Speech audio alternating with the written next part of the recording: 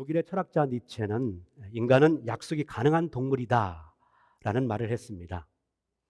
즉 인간은 자기가 한 약속에 대해서 책임을 지는 그런 존재라는 거죠. 그러고 보면 인간은 이 땅에서 좋은 관계를 맺고 아름다운 결과를 얻기 위해서 자신과의 약속, 가족과의 약속, 친구 또는 동료와의 약속, 하나님과의 약속 등등 많은 약속을 하고 살아갑니다. 금년 들어 하나님 말씀을 전하면서 약속, 결단, 다짐이라는 말을 참 많이 했는데요. 연초에 결단하고 약속하신 것들을 잘 이뤄가고 있는지 궁금합니다. 약속을 지키지 않을 때 상대가 절망하고 실망할 것이다 생각하면 사소한 일을 할지라도 신경을 쓸 수밖에 없습니다. 그런데 하나님과의 약속은 어떻겠습니까? 오늘 주시는 말씀을 통해 우리는 하나님과 어떤 약속을 했는지, 또 그 약속을 지키기 위해서 우리가 어떻게 살아가야 하는지 다시 한번 살펴보도록 하겠습니다. 오늘은 지난주 말씀에 이어 야곱의 이야기를 계속하는데요. 이 야곱은 자기를 죽이려는 형 에서를 피해 달아나다 한 곳에 이르러 돌을 베개 삼아 잠을 자게 됩니다. 잠이 든 야곱은 꿈속에서 말씀하시는 하나님의 음성을 듣게 되죠. 내가 너와 함께 하겠다. 너를 지키고 인도하겠다. 그리고 반드시 너로 돌아오게 하겠다. 잠에서 깨어난 야곱은 큰 충격을 받고 이렇게 이야기합니다. 16절 여호와께서 과연 여기 계시거늘 내가 알지 못하였나이다. 당시 근동 사람들은 하늘신, 바다신, 산신, 나무신, 동물신 등등 여러 신들이 있다고 생각했습니다. 이는 이 신들이 각각 자기의 권역이나 지역을 다스린다고 생각했기 때문이죠. 그러다 보니 야곱도 하나님에 대해 자기가 살고 있던 브엘세바 지역의 신으로 알고 있었던 것입니다. 그런데 야곱이 브엘세바가 아닌 곳에서 하나님을 만나게 되니 얼마나 깜짝 놀랐겠어요. 아침 일찍 잠에서 깨어난 야곱은 여호와께서 여기 계시거늘 내가 알지 못하였다 하며 놀라운 고백을 하게 되죠. 여기서 알 수 있는 것이 뭡니까? 하나님은 어느 특정 지역에서만 존재하는 분이 아니시라는 거예요. 하나님은 시간과 공간을 초월하여 어느 곳에서나 계시는 무소부재하신 분이십니다. 우리가 하나님께 기도할 때에 어떤 생각을 하고 기도합니까? 하나님에 대해서 잘 아는 성도는 하나님이 어디나 계시다고 생각하기에 언제나 함께 하시는 하나님이라는 생각 속에 작업의 현장에서 부엌의 일을 하면서 운전을 하면서 기도로 찬양으로 하나님과 교통을 합니다. 그러나 하나님에 대해 잘 모르는 성도는 그저 멀리 하늘에 계신 하나님으로만 생각하고 막연하게 기도합니다. 마찬가지로 멀리 계신 분으로 알고 있던 야곱, 황량한 들판에서 하나님을 만났다는 것이 엄청난 충격으로 다가왔던 것이죠. 이에 야곱은 17절에 이렇게 고백합니다. 두렵도다 이곳이요. 사실 야곱이 집에서 도망쳐 먼 광야길을 가는 과정에 어떤 생각을 했겠습니까? 그간의 아버지를 속이고 형이 받을 복을 가로챈 것에 대해서 많은 후회가 따랐으리라 봅니다. 이는 양심의 찔림이 있었기 때문 아니겠습니까? 이것이 수치스럽고 두려워 몸을 숨겼던 하와와 아담, 인간의 모습이라 할 수 있습니다. 그런데 하나님이 야곱을 찾아와 내가 너를 지키고 함께하겠다 하시니 야곱의 입장에서 얼마나 놀랍고 감사한 일이겠어요. 그런 점에서 여기 야곱이 두려워했다라는 말은 하나님에 대한 경외심에서 나온 말이라 할 수 있습니다. 그러면서 17절 중반절 고백하죠.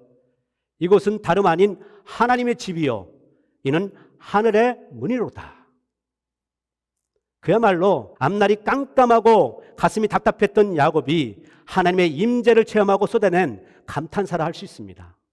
아, 하나님의 집이다. 그렇습니다. 인간은 죄로 인해 영적 무지와 어두움에 빠져 있는 자들입니다. 여기서 벗어나는 유일한 길이 있다면 빛 대신 하나님을 만나는 일입니다. 그럴 때 무지함, 어두움에서 깨어나 반응하게 되는 것이에요.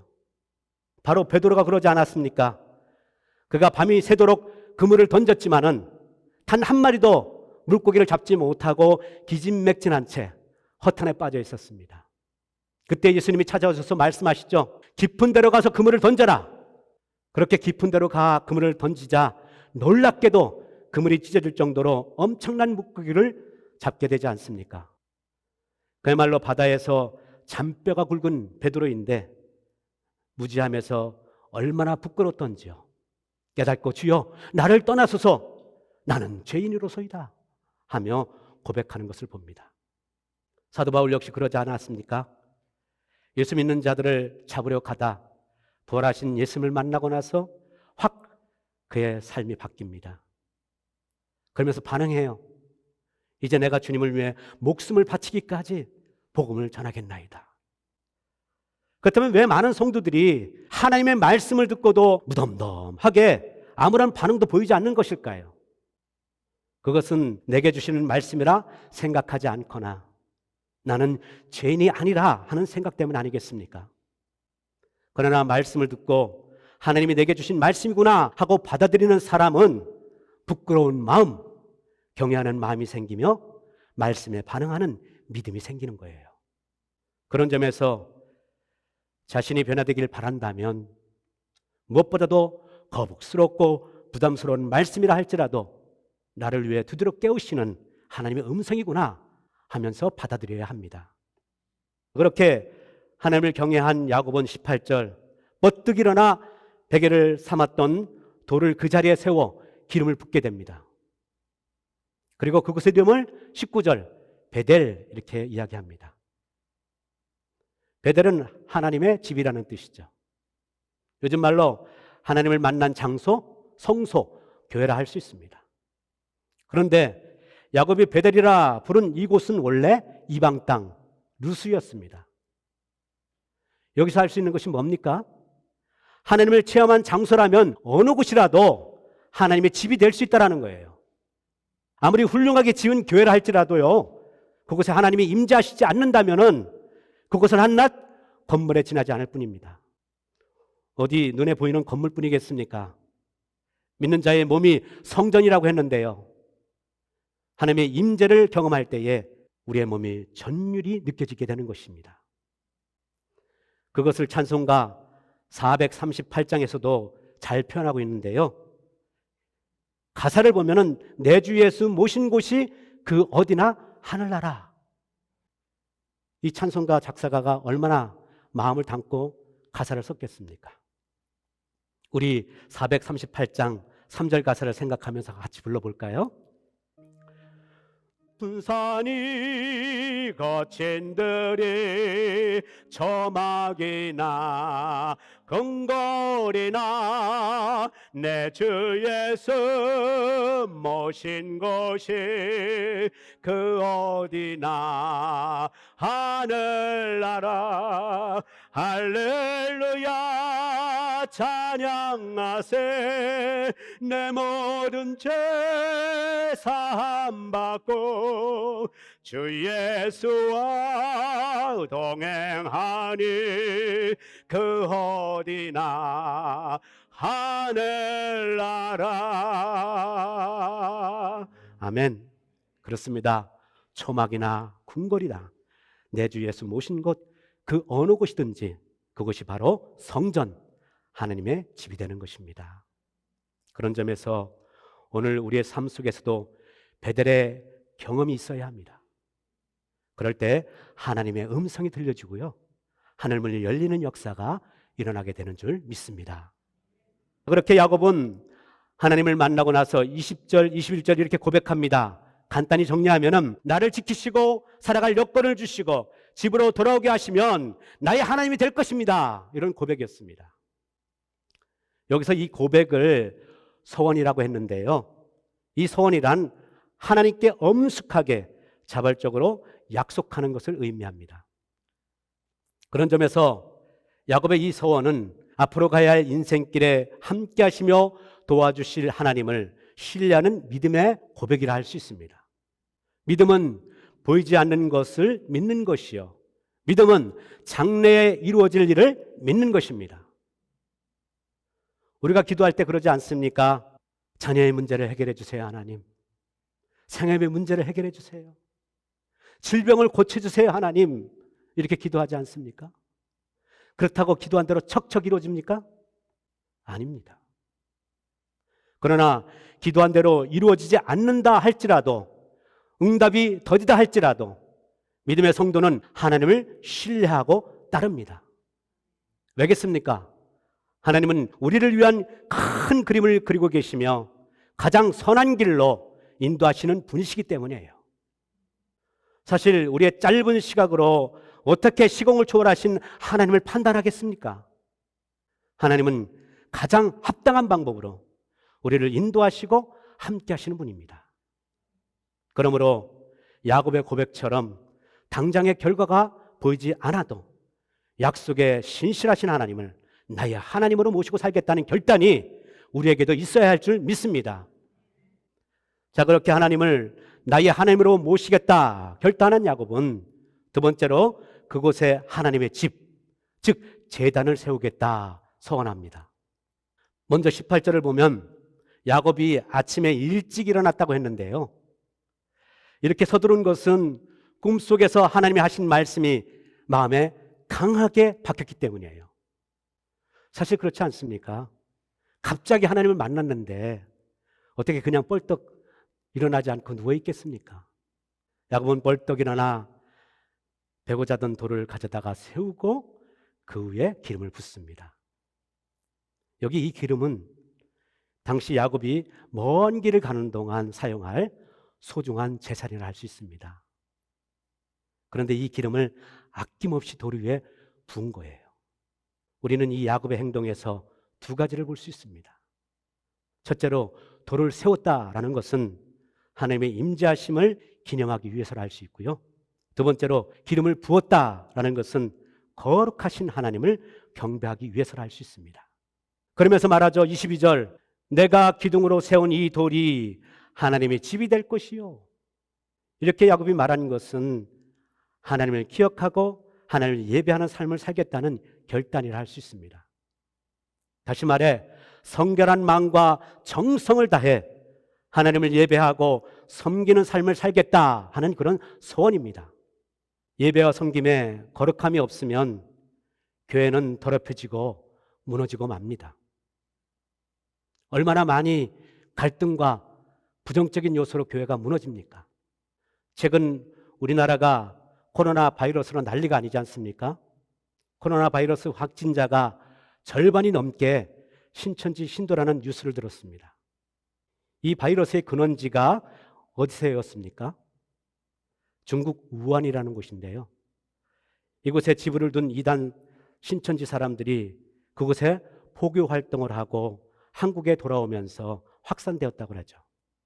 이들은 자기들의 욕심을 채우기 위해 버젓이 하나님의 이름을 팔며 기성교인들을 유혹하고 포교에 열을 내고 있는 사기 집단입니다. 결국 하나님이 이들의 패악성을 다 드러나게 하십니다. 이로 인해 이들이 세운 거짓 성전이 무너져 내리는 것을 보게 되는데요, 참으로 시기적절하다는 생각도 들었습니다. 그런 점에서 오늘 돌기둥에 소중한 기름을 부으며 하나님의 집을 세우겠다 하는 야곱의 소원에서 우리 역시 주님의 몸된 교회를 거룩하게 세워가는 것, 그것에 도전을 받아야 합니다. 왜겠습니까? 교회를 찾아오는 무심령들이 거룩한 하나님을 만날 수 있게 하기 위해서죠. 그러므로 우리가 먼저 성결을 실천하는 성도가 되어야 합니다. 그럴 때 교회가 든든하게 세워지는 거예요. 사랑하는 여러분, 여러분은 주님의 성전입니다. 주님의 전을 온전히 세우기 위해 말과 행동 하나하나 신중하게 생각하며 책임감을 가지고 주의 나라를 이뤄갈 수 있기를 바랍니다. 세 번째, 야곱은 이어 22절 중반절, 하나님이 내게 주신 모든 것의 10분의 1을 반드시 바치겠다 서원을 합니다. 이는 하나님의 주권을 전적으로 인정하는 믿음의 표현이라 할 수 있습니다. 하나님의 주권을 인정하는 믿음. 생각해 보니까 지난해 하나님의 품에 안기신 박재인 권사님이 생각이 났어요. 권사님은 독거노인으로 국가 보조금을 받고 생활하시던 그런 분이었습니다. 그런데 이분이 11조 감사원금 또한 성전 건축 헌금까지 하셨던 분입니다. 그때 아니 아파트 렌트비도 내셔야 하는데 하는 생각이 들어 염려가 되기도 했습니다. 어느 날 차로 권사님을 댁으로 모시고 가다가 권사님 무리해서 헌금하지 마십시오. 하나님이 권사님의 형편 다 아십니다. 그랬더니 권사님이 하시는 말씀이 목사님 저는 하나님께 드리는 것이 너무 좋아서 드리는 거예요. 그런 말 하지 마세요. 그때 그분의 말을 듣고 저의 짧은 소견으로 이랬다 저랬다 한 것이 얼마나 하나님 앞에 송구스러웠던지요. 대부분의 사람들은 내가 열심히 벌어서 모은 돈이기에 내 것이라 생각합니다. 그러다 보니 하나님께 드리는 것을 주저주하게 되고 아까워합니다. 그러나 분명히 아십시오. 우리가 가진 모든 것은 내 것이 아니라 하나님이 나에게 맡기신 것입니다. 하나님이 걷어가시면은 금방 다 사라지고 그러면 말이 가요. 엊그제 어느 장로님과 통화를 했는데요. 이번에 코로나 바이러스로 그동안 주식 2년치 수익이 한순간에 다 날아갔다는 거예요. 그러면서 막 통탄하면서 얘기를 하시는 거였어요. 그렇습니다. 내가 쥐고 있는 것 같지만 어느 순간 그거 다 험하게 사라지는 경우가 얼마나 많은지 모릅니다. 내 것이 아니라는 것이죠. 우리 주님이 내 물질이 있는 곳에 내 마음이 있다 하고 말씀하신 까닭이 뭐겠습니까? 이는 하나님보다 이 시대의 우상인 물질을 중요시하면 안 된다라는 것을 말씀하는 거예요. 그러면 왜 하나님이 우리에게 많은 것을 맡기신 것일까요? 하나님 나라를 위해 사용하라 맡기신 것입니다. 그런 점에서 하나님이 주신 10가지 중 한 가지를 드린다는 것은 우리의 모든 것이 주님의 것임을 고백하는 행위를 할 수 있습니다. 그래요. 엄밀히 따져 재물뿐만 아니라 우리의 시간, 건강, 재능, 우리가 가진 모든 것은 다 하나님의 것입니다. 이 모든 것이 주님으로부터 주어진 것이라 믿고 그 믿음으로 반응할 때 그것이 바로 11조를 드리는 삶입니다. 말씀을 보는 시간, 잃어버린 영혼을 위한 기도의 시간, 주변의 이웃 형제들에게 하나님의 마음을 드러내는 시간들, 그런가 하면 교회 예배 참석 섬기는 일로 10의 1을 드려야 합니다. 사랑하는 여러분, 주님이 주신 여러분의 시간, 몸, 마음 10가지 중에 하나라도요 주의 나라를 이루어가는 일이라 생각하면서 자원으로 기쁘게 드릴 수 있기를 바랍니다. 자, 지금까지 야곱의 서원을 우리가 살펴봤는데요. 이 서원에서 알 수 있는 것이 뭡니까? 앞에서 잠깐 말씀드렸지만 서원은 하나님 앞에서 어떤 것을 결심하고 드리거나 섬기고자 하는 맹세입니다. 그래서 서원이 없는 신앙을 결단이 없는 신앙이라 하지 않습니까? 사실 야곱도 그가 서원한 것을 한동안 지키지 못했습니다. 그는 외삼촌 집에 20년을 살면서 하나님 약속대로 자식들과 재산들을 풍성히 거느리고 본향으로 돌아와요. 그러나 그는 서원했던 장소 베델로 가지 않고 당장의 눈에 보기 좋은 세겜이라는 땅에 거주하게 됩니다. 그러다 그곳에서 딸 디나가 강간을 당하게 돼요. 이로 인해 야곱의 아들들이 보복을 하면서 야곱의 가족은 커다란 위기에 직면하게 됩니다. 그때 비로소 야곱은 하나님과의 약속을 지키지 않은 결과를 깨닫게 되고 서둘러 베델로 올라가 서원한 것을 지키게 돼요. 여기서 할 수 있는 것이 뭡니까? 서원하는 것은 자기에게 어떤 손해가 있더라도 희생이 따른다 할지라도 반드시 지키라는 것입니다. 가나다 선교사 게일은 1888년 한국에 와서 선교에 헌신한 분입니다. 그는 약속 이행을 강조하면서 이렇게 말한 바 있습니다. 빛을 갚지 않고 자꾸 연기하면 이자만 더욱 늘어나게 되고 끝내 갚지 않으면 법정에서는 죄인이 되는 것처럼 성도들 역시 하나님과 약속을 이행하지 않으면 신용할 수 없는 존재로 끝내 낙인이 찍혀 떨어져 나가게 된다라는 거였습니다. 하다 말다 한 겉만 번지름한 교회 성도면 뭐 하겠습니까? 결단 없이 시행하지 않으면 아무런 소용이 없습니다. 지지난주 바울이 머리를 기르며 소원한 것을 이루고 다시 결단하여 머리를 깎았다 하신 말씀 생각날 겁니다. 그가 하나님께 소원한 것을 지켜 행했기에 이렇게 오늘날 전 세계적으로 복음이 전파되고 하나님의 성전이 들어선 것 아니겠습니까? 그런 점에서 우리 역시 하나님의 결단, 마음의 결단을 하고 어떤 삶을 살 것인지 진지하게 고민해 봐야 합니다. 하나님을 온전히 신뢰하며 나의 하나님으로 인정하고 살아가고 있는지, 하나님을 예배하며 하나님께 영광 돌리는 삶의 예배자로 살아가고 있는지, 하나님이 주신 것의 10분의 1을 다시 돌려드리고 있는지 말입니다. 말로만 하고 실천하지 않는다면 주님은 말씀하실 겁니다.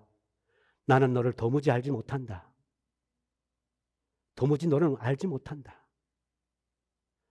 참으로 이 말이 저와 여러분에게 들려진다고 생각해 봐요. 얼마나 통탄한 일입니까?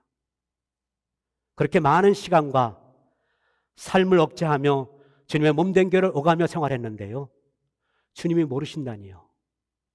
참으로 땅을 치며 통곡할 일 아니겠습니까? 다시 말씀드리지만 믿음은 보이지 않는 것을 믿는 것이고요, 믿음은 장래에 되어질 일을 믿는 것입니다. 그런 점에서 말씀을 듣고 보고 깨닫는 것만으로 그치지 말고요, 하나님의 뜻한 바를 소원하며 실현해 나갈 수 있기를 바랍니다. 사랑하는 여러분, 하나님이 지금도 살아계셔서 역사하시는 분임을 믿습니까? 그렇다면 지금까지 결단하지 못하고 주저주저한 일들, 내 생각으로 판단하고 하지 못한 일들을 다시금 재정립하고 결단하는 소원을 실천해 나갈 수 있기를 바랍니다. 2020년 3월을 맞이했습니다. 시작이 반이라는 말이 있습니다. 남은 믿음의 여정, 하나님을 나의 하나님으로 인정하고 하나님의 전을 세워가는데 삶의 10의 1을 드리는 그런 결단이 있기를 주님의 이름으로 축원합니다. 전도서 5장 4절은 말씀합니다. 내가 하나님께 소원하였거든 갚기를 더디하지 말라. 하나님은 우매한 자들을 기뻐하지 아니하시나니 소원한 것을 갚으라. 부디 택함받은 성도로서 주님의 몸된 전을 세우고 주님께 드려지는 삶을 살아감으로 소원의 성실한 저와 여러분 우리 모두가 될 수 있기를 주님의 이름으로 축원합니다. 기도하시겠습니다.